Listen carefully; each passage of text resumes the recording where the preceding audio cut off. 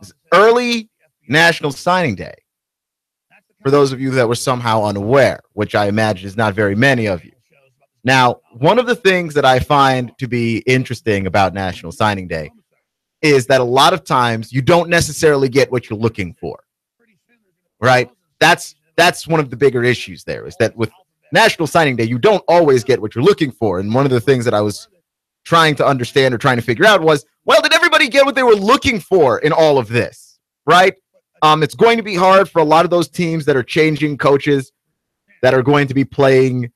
The coaches are going to be coaching in bowl games. We're going to be seeing some schools at a disadvantage and some schools at another disadvantage. So when I look at schools that obviously got what they were looking for, Alabama and Georgia come to mind. Like, it's really hard to go look at all of that and go, yeah, there's no way that those schools didn't get what they were looking for. Alabama always gets what they're looking for in recruiting, and Georgia seems to be following in those footsteps. And I remember when Kirby Smart got hired at Georgia, I was making fun of Georgia because I feel like in a lot of ways they hired Kirby Smart to be Nick Saban light. And, you know, Georgia had that little brother complex with Alabama. Just wanted to be kind of like him. The issue, of course, is that the joke is not a joke. Right? Like, the joke is not a joke. That is a real thing that has happened now. They have very much become like Alabama, and in all of the good ways, in all of the ways that you would want to be like Alabama if you were looking for your school to be anything like Alabama. And Kirby Smart last year put together nationally a top 5 recruiting class. He seems to be on pace to be doing that again. And the only thing that is more alarming than the success level that Kirby Smart has had is that he's doing it again, right? Like, that to me is where I am a little bit surprised and I am a little bit shocked, is that he appears to be able to do that not once, but twice, right? That's a little surprising to me. When I look around the SEC, though, I'm trying to figure out, did everybody get what they wanted? Now, one thing that I find to be very interesting is that Florida, we knew what Florida wanted. When they hired Dan Mullen, we knew what Florida wanted. Before they hired Dan Mullen, we knew what Florida wanted. What's the one thing that we haven't seen consistently at Florida ever? A quarterback. Like, we haven't seen Florida with a quarterback since Tim Tebow's final season in 2009. They have had 11 starting quarterbacks since then, which is bordering on a timeline that is, quite frankly, Cleveland Browns-esque when you consider the amount of guys playing QB1. The list grows all the time. Florida has not been able to replicate any of the quarterback success, and this is a school that styles itself on some level of being quarterback U. And they haven't been able to find one since 2009. Hey, man, that's an 8-year drought. Dan Mullen shows up and immediately fixes the problem, right? Like, this is what he ends up getting. He gets Emory Jones, flips Emory Jones from Ohio State for the class of 2018. And we all know what Dan Mullen likes in a quarterback. He likes a mobile quarterback that's able to be a complete dual threat. Well, Emory Jones is the 4th-ranked dual threat in the nation. And we were wondering what would happen. Dan Mullen was able to show up and get what he was looking at that position, get what he was looking for, and get the University of Florida what he was looking for. They have been trying to be an offensive school for a long time. That's what they hired Jim McElwain to do, and it did not wind up being successful. In fact, you could make the strong argument that they were a better defensive school under Jim McElwain than they had been since Urban Meyer. And you could make the very strong argument that the defense very clearly outclassed the offense under Jim McElwain, who was never able to get a quarterback that he liked, never able to recruit a quarterback that suited him, and never got that offense off the ground. So, yeah, acquiring Emory Jones, I would say, it looks like the University of Florida and Dan Mullen found what they were looking for. When I look at Tennessee, I'm a little less confident. But Tennessee did come away with something interesting. Tennessee came away with J.T. Shrout.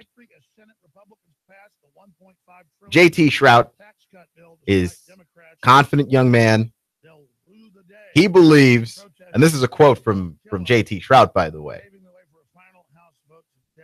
that he believes that he is as good as any quarterback in the country. Now, this guy is a pro-style quarterback. He's a 3-star prospect from Newhall, California. And they got him to flip from Cal. Right? Kid is 6'3", 190. I'm imagining he's going to be heavier than that by the time he ends up being able to play quarterback. But I imagine also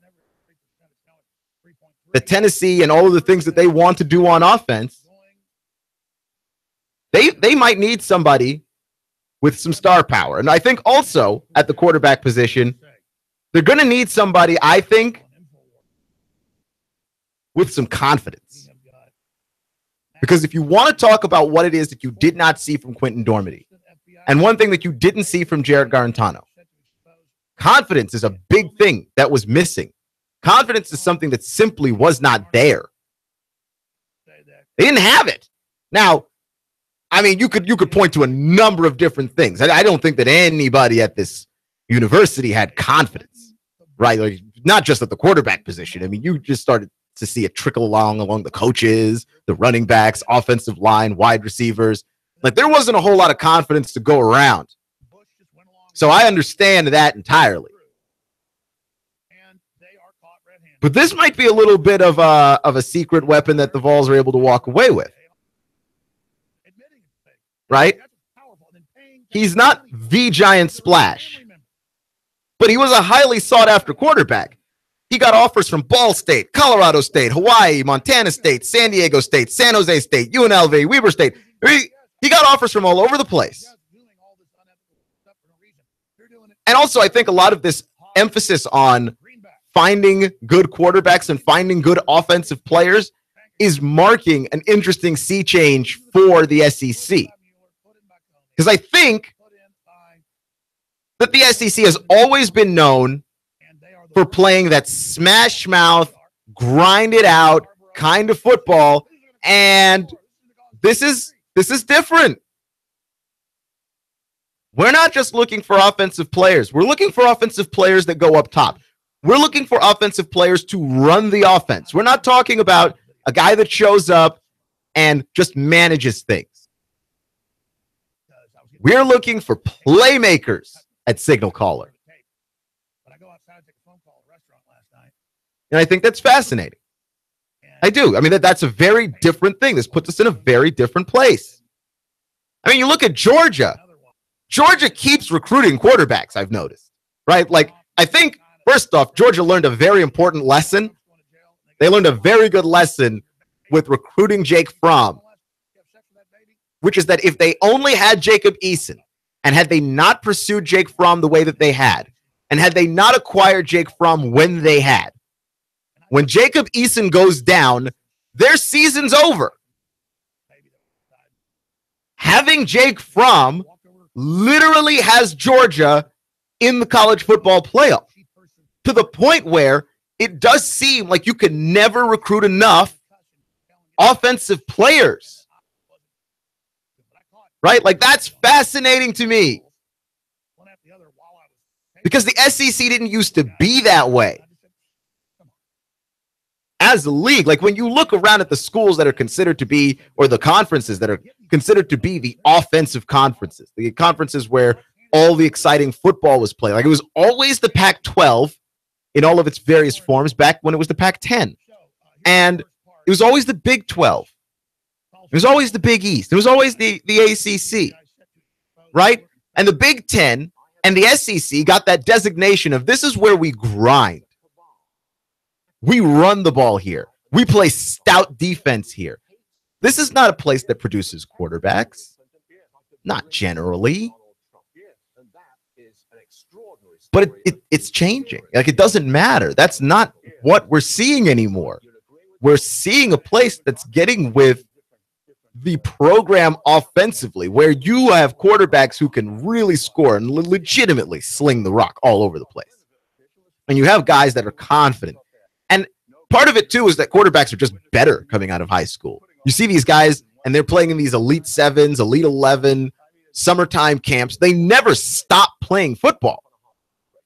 I mean, they have much more experience than guys used to coming out of high school, right? Now, you could still make the argument that the jump from the college game to the pro game is still a very rough jump, and it very much is. But the jump from high school to college is not as drastic as it used to be. You wouldn't have dreamed of starting a freshman at quarterback years in the past. You would never have dreamed of such a thing. That was out of the question, right?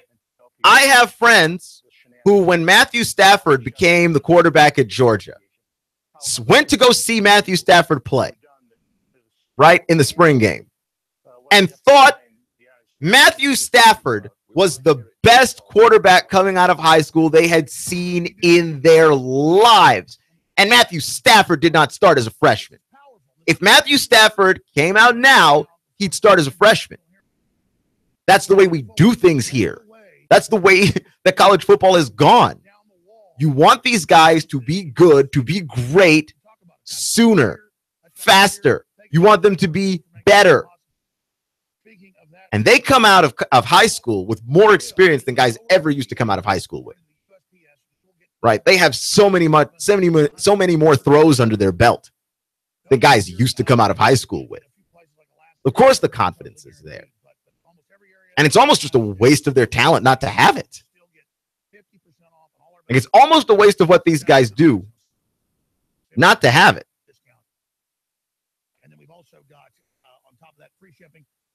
And so, when you look at what Tennessee might be able to do with a guy like JT Shroud, who, by the way, he does have the designation sneaky fast. My least favorite designation, probably sports ever. Like, what does sneaky fast mean anymore? What does sneaky fast mean? But he has the designation sneaky fast. But he's a very mobile guy who happens to be a pro-style quarterback, right? Like, not rated at all as a dual threat. And I don't know if he's going to be able to win the job at Tennessee next year. But I do think that coming down the line, he's going to be a factor for them.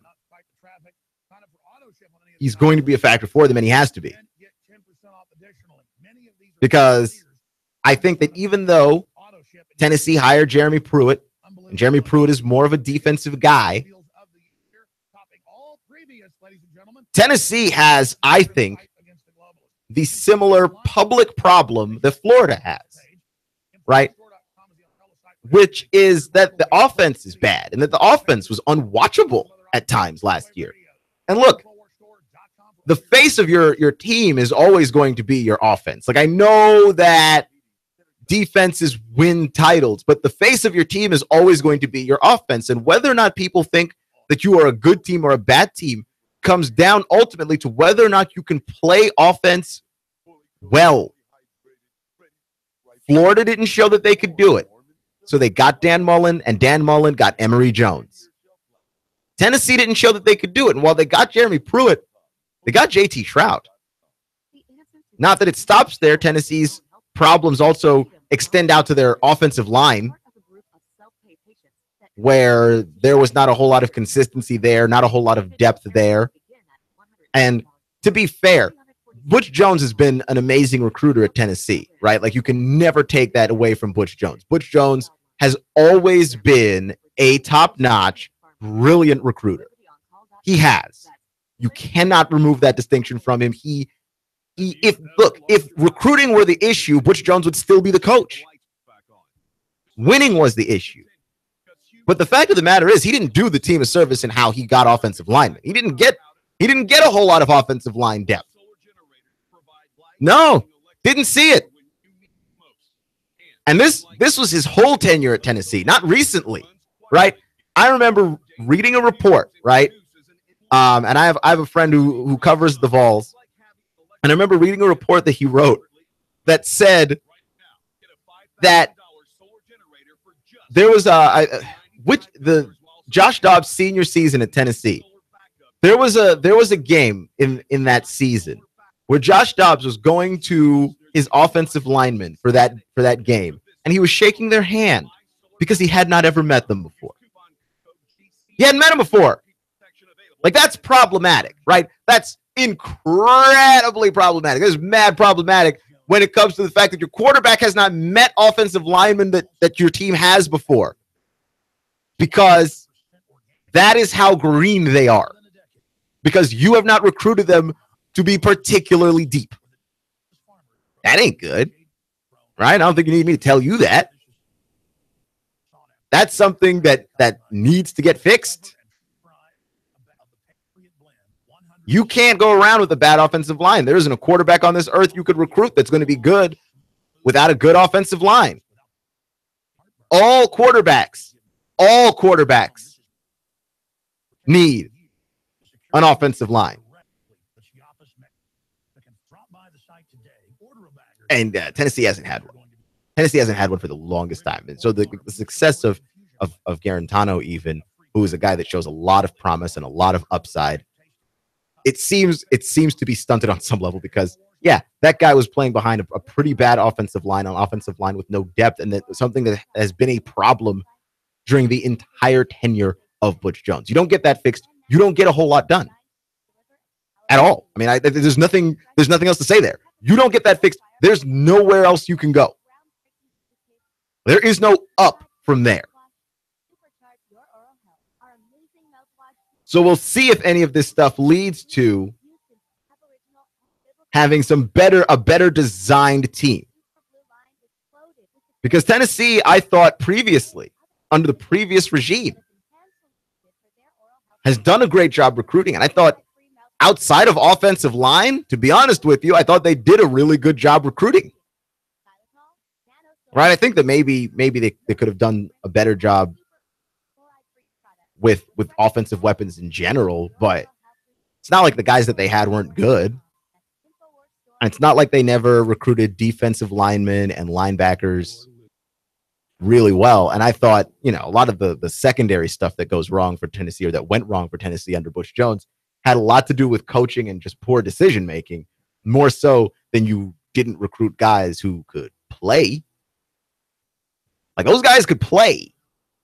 The issue here is whether or not they could be in positions to actually succeed. The only place where I thought Tennessee was always thin, and you look around, because look, offensive linemen get beat up throughout a season. This is a reality of football. Offensive linemen always get beat up. How is it that this school has not managed to figure out how to fill those gaps? Because I noticed that, like, that's not an issue that everybody had. And yeah, you're going to have years where your offensive line just gets leveled and you're not necessarily going to play up to your standard. But every year? That can't be every year. Every year your offensive line is beat up, and every year you don't have depth, and every year that's a problem and a major issue. That's problematic. Right? And I don't think that you sign JT Shrout that he or anybody else is going to fix some of those problems. No. And I'm looking at Tennessee's recruiting profiles, and they're getting a lot of great defensive players, as you would expect a Jeremy Pruitt squad to do. And what I'm hoping for here is that we don't forget that offensive line, because it has always been thin. And as long as it continues to be thin, and you do have the regular National Signing Day coming up in about 6 weeks here, but as long as that continues to be thin, that's going to be a major issue for the Vols, and it's going to be a wall in front of their possible future success. You're listening to Clutch with Keon Rose here on all new Nooga Radio and NoogaRadio.com 92.7 FM. We're going to get a little bit more into early National Signing Day. Talk a little bit of hoops.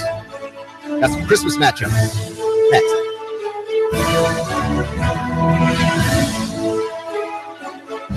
The Tennessee Valley's news talk leader, Nooga Radio, digital FM 95.3 HD4 and 92.7 FM.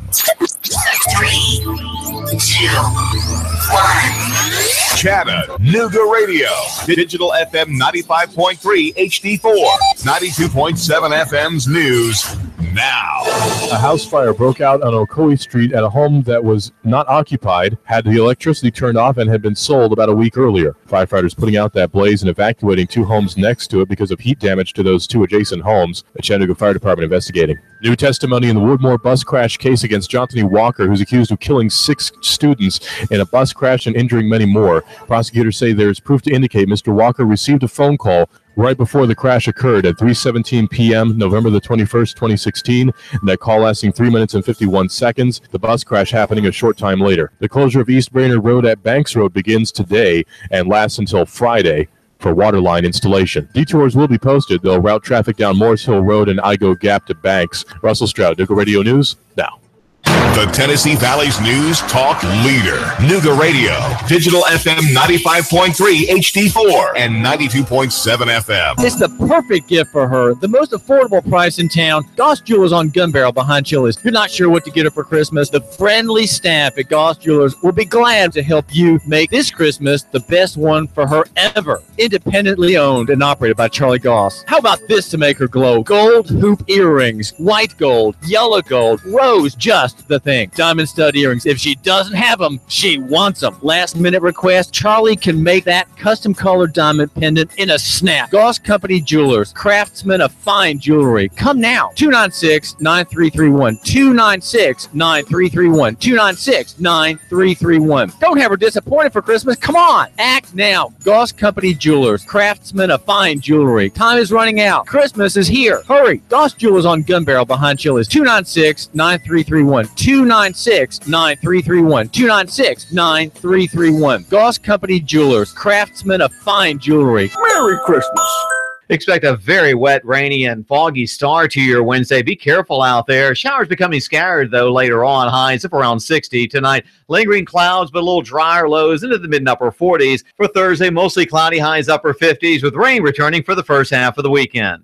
Looking very cold for Christmas, but Dodge City Ski Shop will keep you and your family toasty warm with the largest selection of cold weather clothing around. That's Dodge City Ski Shop, East Brainerd Road, Chattanooga. And I'm Soar Team 12 Chief Meteorologist Patrick. The Tennessee Valley's news talk leader, Nooga Radio, digital FM 95.3 HD4 and 92.7 FM. An automated nuclear missile defense system has suddenly entered into launch mode, and you are the only one who can stop it. Escape Experience Chattanooga. Your team has just been infected with a deadly virus. Your only hope? There, in an abandoned farmhouse. Escape Experience Chattanooga. Handcuffed in a maximum security prison, you have an hour to flee. Escape Experience Chattanooga. These escape scenarios and more at Chattanooga's best escape room game and team building platform. Call now. Slots are limited. Register online at escapeexperience.com/Chattanooga. Escape Experience Chattanooga.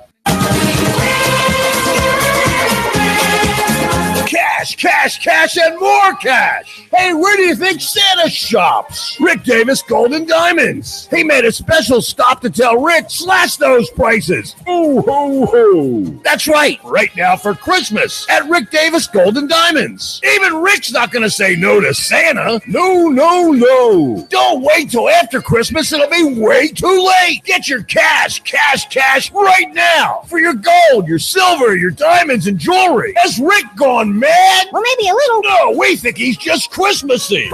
Rick Davis Gold and Diamonds, Brainerd Road, Chattanooga. You know where it is. Hey, is that Santa? Ooh, ho, ho. Even Rick's not going to say no to Santa. No. Get your cash right now.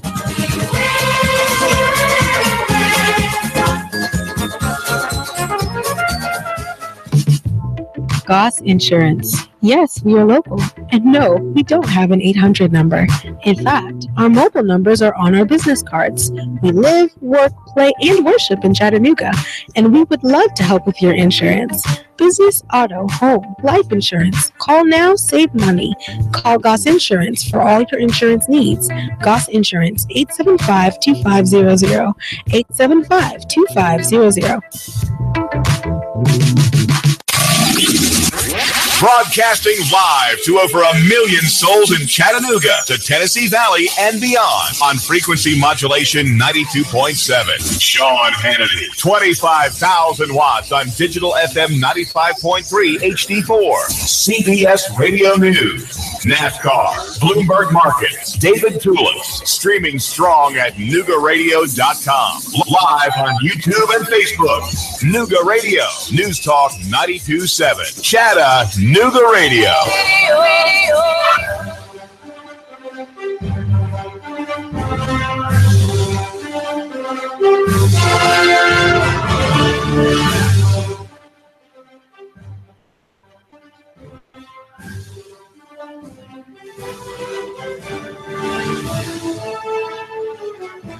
So there's one place where Kirk Herbstreit and I are always going to disagree, and I need to preface this by saying that I like Kirk Herbstreit, okay? I think he's a very good broadcaster. I think he's very good at what he does, because it's going to sound, I don't know, going to sound bitter and this stinks. I don't really want to do this, but I don't agree with Kirk Herbstreit, because Kirk Herbstreit was being talked to about the NCAA game. The NCAA football game, the football franchise had to be canned, essentially. They had to shut down production of the game because Ed O'Bannon and a number of college football players filed a class action lawsuit against EA Sports and the NCAA for basically having their names, or not their names, but their likenesses used in a video game, right, that essentially they made no money off of, right? Like the people who were making money off of them were EA Sports and the NCAA, and the players weren't making any money off of this, right? Like they're not getting paid. They're not getting paid for any of this stuff. When a jersey gets sold and the number is the number of a player that you recognize, they're not allowed to make money, even though you recognize that jersey as being that player's jersey. I know it doesn't have the name on it, but you recognize that jersey as being that player's jersey. And they don't make money off of that, right? Like, and they're already supposed to just be okay with that, right? The fact that they play football is the reason why all of this Tennessee, Florida, South Carolina, Georgia memorabilia gets pushed and sold in the first place. And they're just supposed to be okay with the fact that a bunch of people are making money off of this entire process. TV networks, universities, video game companies, and they're all supposed, apparel companies, Nike, everyone's making money off of them in this process but them, and they're just supposed to be cool with that, right? Like, that's just what it is. So when they finally do something about the video game, because the video game does involve the likenesses of these players, it's not randomly generated players. It's players that look vaguely like them. It's players that play vaguely like them, because of course that would, you wouldn't have a good sports experience, a good video game experience otherwise, right? EA Sports and 2K are the two leading sports companies in all of this, and they are, to me, the leaders because I think accuracy is what they're good at, right?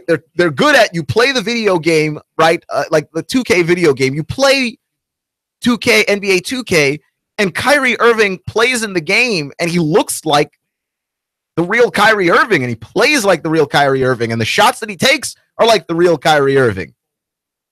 Right? You play like Kevin Durant in the game, and the Kevin Durant dribbles like Kevin Durant, handles like Kevin Durant, dunks like Kevin Durant, and you like they're at a level of realism now. I mean, that thing is indistinguishable from real life, right? Like when you look at it up close, yeah, it still looks like a video game, but I mean, just at a sideways glance, NBA video games, NFL video games, I mean, they look indistinguishable from actual real life. And a part of it is that the accurate portrayal of the players is there. College football, the NCAA video game, I mean, it's no different. The accurate portrayal of players such that you have a player that is Vince Young and he looks like Vince Young, and he runs like Vince Young, and he does the sidearm throw like Vince Young. All of these things are important, and so when these players brought up the class action lawsuit, they ended up basically killing EA Sports and the NCAA college football franchise, of which Kirk Herbstreit is still very bitter about, actually. I didn't realize there was anybody that was still really bitter. Yeah, I understand that there's a conglomerate of people that missed the game. I didn't realize that there were people that were still bitter about the game being gone. And Kirk Herbstreit, to me, is saying something that doesn't make any sense. Right? Like, in order to talk about it, he said, this is what he said. And I quote this. He said, Ed O'Bannon and those guys who got involved in this thought they were doing the players a favor. But if you talk to anybody who played college football, the thing that meant the most was having their actual name, not name, but their status as a player on a video game. Right? Now, this is an article in SEC Country, and the article goes out to say that the company was forced to pay out $60 million to a group of nearly 25,000 former college football and basketball players.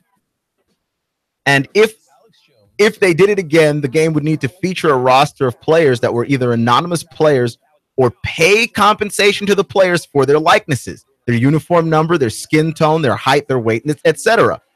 Now, here's Kirk Herbstreit defending this again. He said it was the coolest thing to be able to play with Ohio State and play me as a quarterback.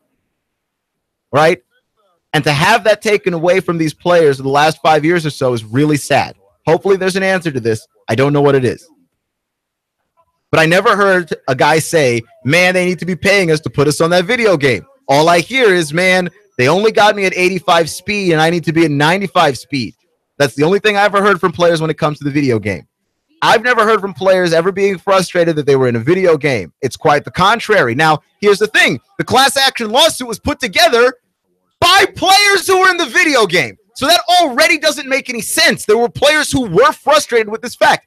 The second thing here is that college football players are college kids.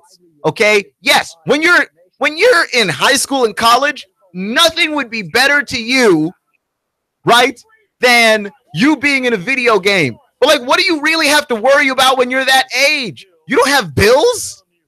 You don't have stuff you really need to buy. You just want some food, maybe be able to hang out with the bros. Like, we're not talking about people who need money. It's probably not until you get to be older that you realize, boy, I wish I got paid for that. Right? And I like how Kirk Herbstreit is saying that the players should be honored to have their likeness used in a video game without compensation.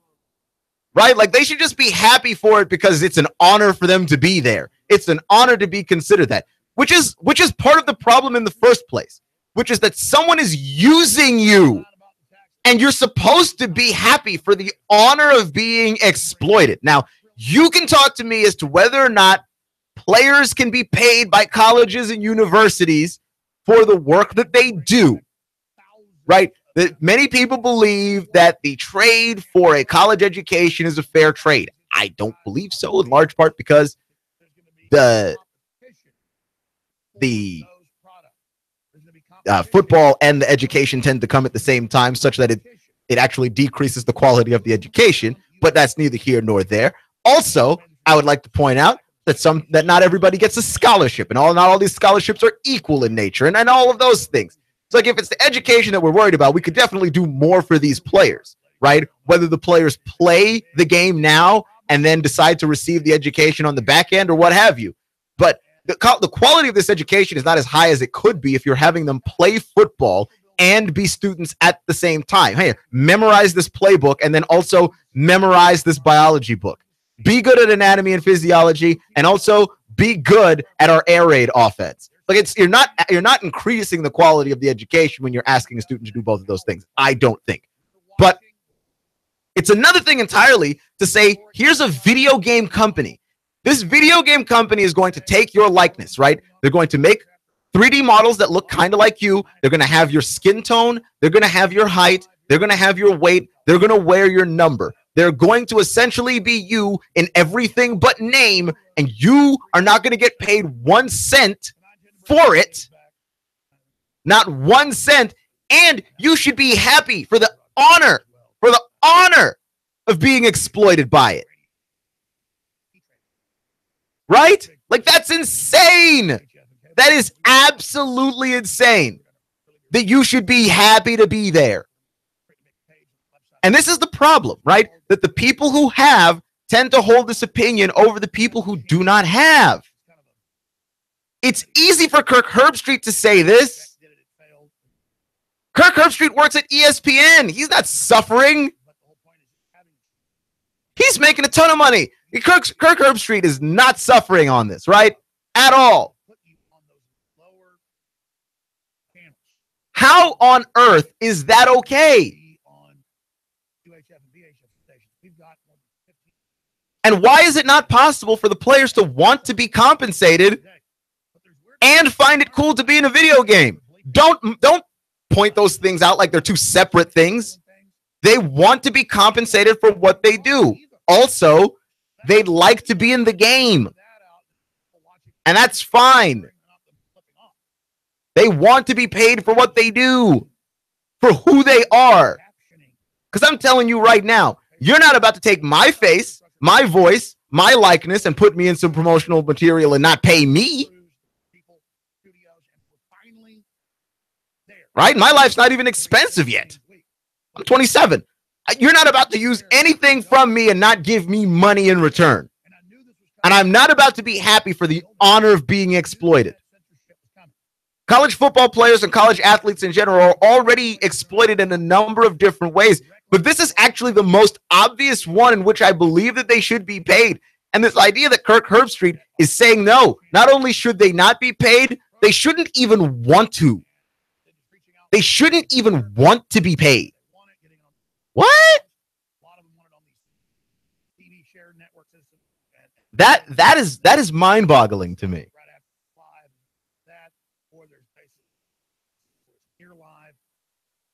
Right? Like if they're gonna get the NCAA game together, they need to get this sorted out so guys get paid. Right? Even if you have to pay them on the back end. Because I don't think that the NFL does that, right? Like I think that the NFL video game still exists because there's a players union that makes sure that all of those players get a cut of the NFL video game, right? The NBA has a players union that makes sure that all the NBA players get a cut of the NBA video game. And by the way, all those NBA guys and all those NFL guys love it. They love being in the game, right? They just also want to be paid for it. Those things are not mutually exclusive things. You are allowed to love the game. You are allowed to worry about your speed rating or your overall rating. Because I remember, reading a report last year, John Wall got mad at 2K Sports because he didn't think his rating was high enough in the NBA game. But also, don't use my name and face for free. That's not unfair at all. And if you can't pay the people who you are using on which to sell the game, right? Because the game doesn't work if it's generic. That's the real reason why there is no NCAA video games, both basketball and football, because it doesn't work if it's generic. So you actually do need the likenesses of these players to sell the game. And if you need them to sell the game, pay them. Pay them. If you absolutely must have these guys to sell the video game, right? Like playing with Ohio State's not enough. You specifically have to be playing with JT Barrett or some player that you can recognize as JT Barrett. If that's not enough, then that's problematic. That means you need to be paying them because they are the only reason why this game is coming up off the shelves. I mean, that's fair.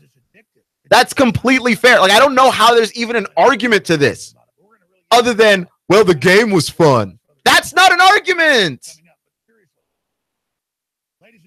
I'm in favor of this being completely unfair because the game was fun. And you shouldn't mind being exploited because the game was fun. This is not how these things work. If you can't sell the game without the players, you've got to pay the players, right? Because an NBA game wouldn't sell without LeBron in the game, and an NFL game wouldn't sell without Tom Brady in the game. So why on earth would you expect a college football game to sell without JT Barrett in the game, and Jalen Hurts in the game, and Nick Chubb in the game? Like, why would I expect all of those things to work? No one's going to buy a game just for the pleasure of playing with the Georgia Bulldogs. They want to play with Nick Chubb, and they want to play with Sony Michel, and they want to play with Terry Godwin. They want to play with the players that they recognize on TV. And if you recognize them on TV, and they're the reason why the game is being sold, you've got to pay the players, or don't make the game, right? Like, I want the NCAA game to come back. I grew up on that game, right? I had a Nintendo GameCube. I grew up on the NCAA games. But I don't want the NCAA games to come back at the expense of players. Figure out how to pay them, or don't make the game. Right? Like, that's just fair. That's just real life.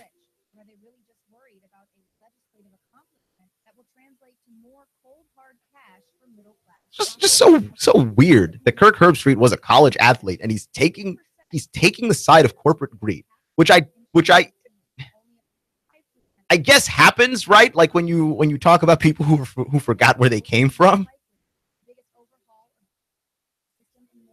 You know, someone makes it and they just forget what life was like before. I don't know what the case is with Kirk Herbstreit on that front, but usually former players understand what it is that former players are going through. Like, why is it that a bunch of players would file this class action lawsuit, right? Because Ed O'Bannon did, but 25,000 other players did, which tells me that there are 25,000 people, 25,000 former college football and basketball players wanted compensation for their likenesses. So while Kirk Herbstreit is standing here like a knucklehead, absolutely saying that he never heard anybody say, I want to be paid for what's happening here, there are 25,000 people who disagreed to the point where they didn't mind putting their name on a lawsuit of compensation. Right? So Kirk Herbstreit never heard a guy say this. Apparently, somehow failed to not talk to 25,000 people, and their names are on the antitrust lawsuit. You can find them. You can talk to them. You can ask them to explain why it is that they had such a huge problem with this. You can, if you want to know, instead of just living in your bubble of, well, I never heard anybody say that. But they're there, and there's 25,000 of them.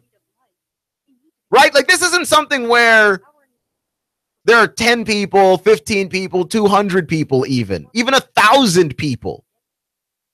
25,000 people said they'd like to be compensated for being in the video game.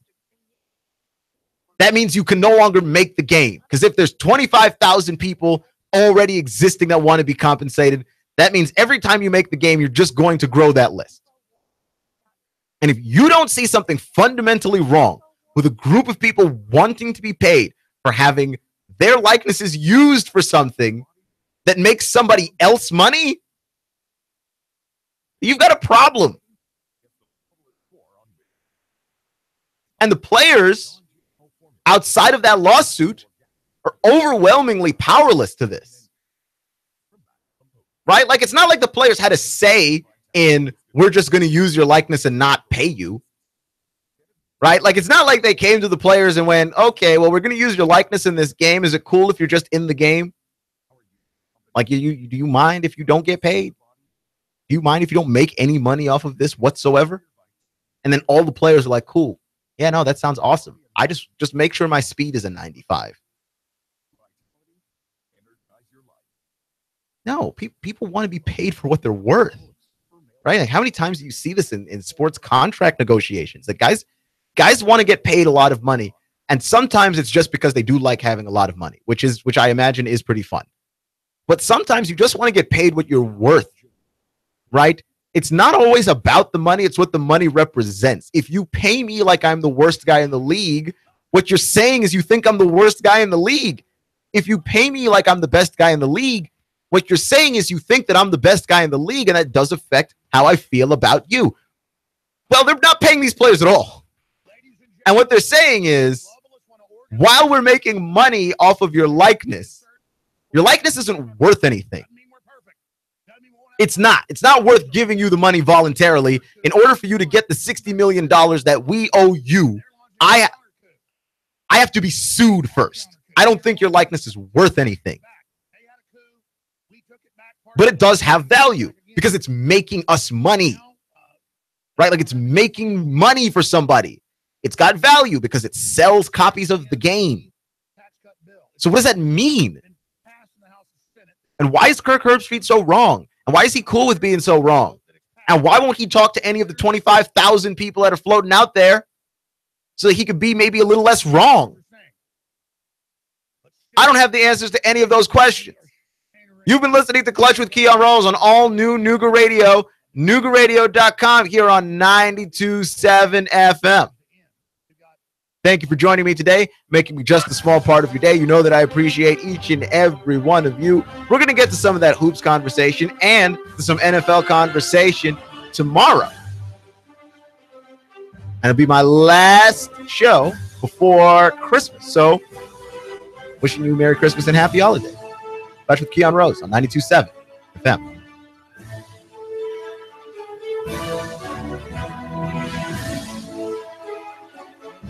The Tennessee Valley's news talk leader, Nooga Radio, digital FM 95.3 HD4 and 92.7 FM.